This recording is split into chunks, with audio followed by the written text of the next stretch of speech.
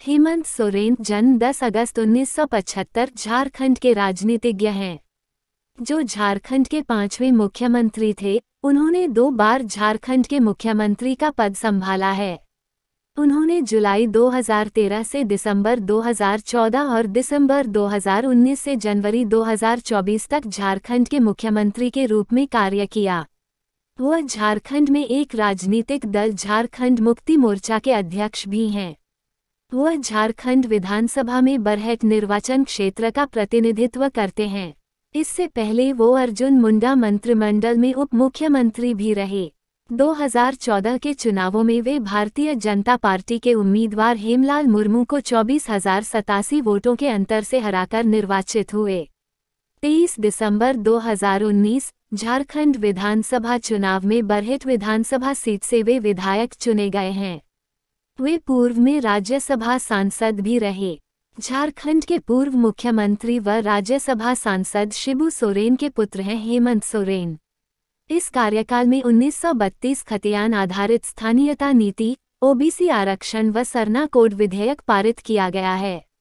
सोरेन का जन्म बिहार अब झारखंड में के रामगढ़ जिले के निमारा में रूपी और झारखंड के पूर्व मुख्यमंत्री शिबू सोरेन के घर हुआ था।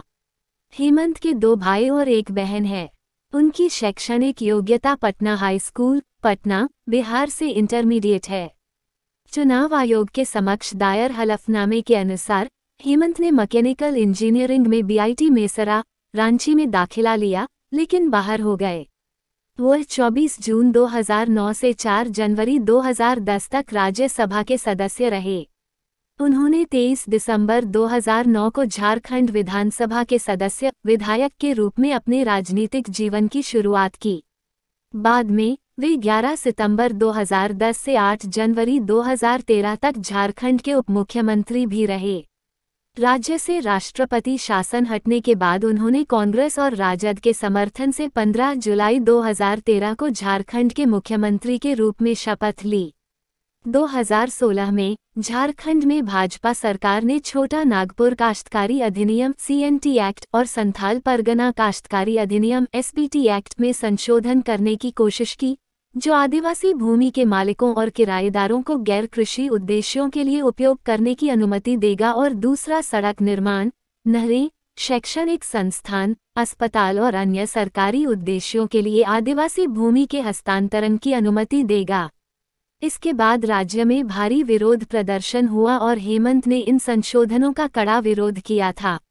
मुख्यमंत्री रघुवर दास ने 2017 में ग्लोबल इन्वेस्टर्स समिट में हेमंत को आमंत्रित किया था, लेकिन हेमंत ने शिखर सम्मेलन को जमीन हड़पने वालों का महाचिंतन शिविर कहा और दावा किया कि यह आदिवासियों, मूलवासियों और राज्य के किसानों की जमीन लूटने के लिए आयोजित किया जा रहा है। रघुवर दास मंत्रालय छोटा नागपुर काश्तकारी अधिनियम 1908 और संथाल परगना काश्तकारी अधिनियम 1949 में संशोधन की मांग कर रहा था। इन 2 मूल कानूनों ने आदिवासी समुदायों के उनकी भूमि पर अधिकारों की रक्षा की थी। मौजूदा कानूनों के मुताबिक जमीन का लेन देन सिर्फ आदिवासियों के बीच ही हो सकता है। नए संशोधनों ने आदिवासियों को सरकार को आदिवासी भूमि का व्यावसायिक उपयोग करने और आदिवासी भूमि को पट्टे पर लेने की अनुमति देने का अधिकार दिया। मौजूदा कानून में संशोधन करने वाले प्रस्तावित विधेयक को झारखंड विधानसभा ने मंजूरी दे दी थी। बिल नवंबर 2016 में मंजूरी के लिए तत्कालीन राज्यपाल द्रौपदी मुर्मू को भेजे गए थे। प्रस्तावित कानून पर आदिवासी लोगों ने कड़ी आपत्ति जताई थी। पत्थलगड़ी आंदोलन के दौरान काश्तकारी अधिनियमों में प्रस्तावित संशोधनों के खिलाफ विरोध प्रदर्शन किया गया था। एक घटना में विरोध प्रदर्शन हिंसक हो गया और आदिवासियों ने भाजपा सांसद करिया मुंडा के सुरक्षा दस्ते का अपहरण कर लिया। पुलिस ने जवाब में आदिवासियों पर हिंसक कार्रवाई की, जिससे एक आदिवासी व्यक्ति की मौत हो गई। आदिवासी अधिकार कार्यकर्ता फादर स्टेन स्वामी सहित 200 से अधिक लोगों के खिलाफ आपराधिक मामले दर्ज किए गए थे। आंदोलन के दौरान आदिवासियों के खिलाफ पुलिस की आक्रामकता पर नर्म रुख अपनाने के लिए मुर्मू की आलोचना की गई थी। खुद एक आदिवासी होने के नाते मुर्मू से अपेक्षा की गई थी कि वह आदिवासियों के समर्थन में सरकार से बात करेगी, लेकिन ऐसा नहीं हुआ। और इसके बजाय उन्होंने पत्थलगड़ी आंदोलन के नेताओं से संविधान में विश्वास बनाए रखने की अपील की। राज्यपाल मुर्मू को बिल में संशोधन के खिलाफ कुल 192 ज्ञापन मिले थे। तब विपक्षी नेता हेमंत सोरेन ने कहा था कि भाजपा सरकार कॉर्पोरेट्स के लाभ के लिए 2 संशोधन विधेयकों के माध्यम से आदिवासियों की भूमि का अधिग्रहण करना चाहती है। विपक्षी दल झारखंड मुक्ति मोर्चा, भारतीय राष्ट्रीय कांग्रेस, झारखंड विकास मोर्चा और अन्य ने विधेयक के खिलाफ तीव्र दबाव बनाया था। 24 मई 2017 को मुर्मू नरम पड़ गईं और उन्होंने बिलों पर सहमति देने से इनकार कर दिया और उन्हें प्राप्त ज्ञापनों के साथ बिल राज्य सरकार को वापस कर दिया। बाद में अगस्त 2017 में बिल वापस ले लिया गया। अक्टूबर 2017 में सोरेन ने 11 वर्षीय लड़की संतोषी कुमारी की मौत की सीबीआई जांच की मांग की थी, जिसकी सिमडेगा में कथित तौर पर भूख से मौत हो गई थी क्योंकि परिवार को जुलाई से राशन नहीं दिया गया था क्योंकि उनके बैंक खाते में आधार नंबर नहीं था। सोरेन ने मुख्य सचिव राजबाला वर्मा के खिलाफ भी कार्रवाई की मांग की। उन्होंने कहा, जिन्होंने अपने राशन कार्ड को आधार नंबर से नहीं जोड़ने वाले परिवारों के नाम हटाने के लिए वीडियो कॉन्फ्रेंसिंग के माध्यम से एक आदेश पारित किया था, वो पीडीएस में प्रत्यक्ष लाभ हस्तांतरण के मुखर समर्थक रहे हैं और हाल ही में उन्होंने इस बात पर चिंता व्यक्त की है कि कैसे इस योजना ने जबरदस्त पीड़ा और अन्याय पैदा किया है।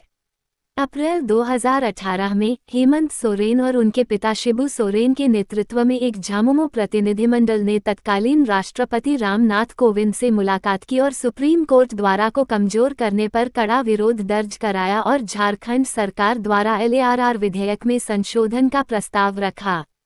मार्च 2018 में हेमंत सोरेन ने देश में संभावित गैर कांग्रेस और गैर भाजपा मोर्चा बनाने को लेकर तेलंगाना के पूर्व मुख्यमंत्री के चंद्रशेखर राव से मुलाकात की थी।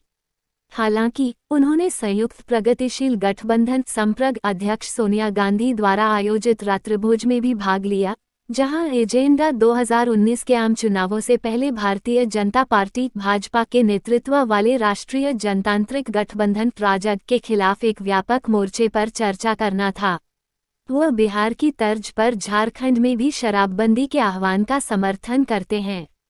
राज्य में शराब की खुदरा दुकानों के प्रवेश के जवाब में उन्होंने कहा, अब सरकार गांवों में शराब की दुकानें खोलेगी, जिसका असर अंततः झारखंड के गरीब आदिवासियों के जीवन पर पड़ेगा।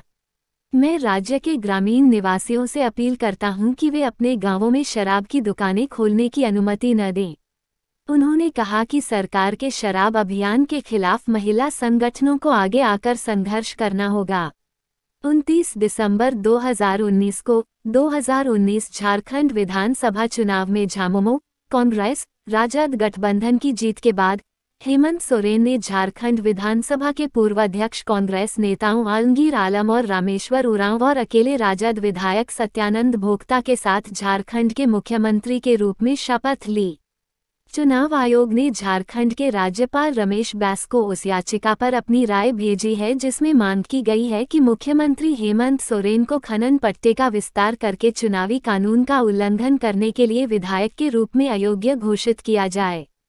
31 जनवरी 2024 को भूमि घोटाले के आरोप के बाद प्रवर्तन निदेशालय ने उन्हें गिरफ्तार कर लिया। उन्होंने अपना इस्तीफा झारखंड के राज्यपाल सीपी राधाकृष्णन को सौंप दिया। उनके इस्तीफे के बाद झामुमो के चंपई सोरेन झारखंड के नए मुख्यमंत्री बने। सोरेन को झारखंड राज्य के दुमका और बरहेट निर्वाचन क्षेत्र के लिए उनके असाधारण कार्य के लिए 2019 में चैंपियंस ऑफ चेंज अवार्ड से सम्मानित किया गया था। यह पुरस्कार 20 जनवरी 2020 को विज्ञान भवन, नई दिल्ली में तत्कालीन राष्ट्रपति श्री प्रणब मुखर्जी द्वारा प्रदान किया गया था। सोरेन की शादी कल्पना सोरेन से हुई है और उनके 2 बेटे हैं। उनकी एक बड़ी बहन अंजलि सोरेन और एक छोटा भाई बसंत सोरेन है। वो 19वीं सदी के आदिवासी योद्धा बिरसा मुंडा के प्रबल अनुयायी हैं और उनके साहस और वीरता से प्रेरणा लेते हैं। उनके पिता शिबू सोरेन झारखंड मुक्ति मोर्चा के प्रमुख संस्थापक हैं।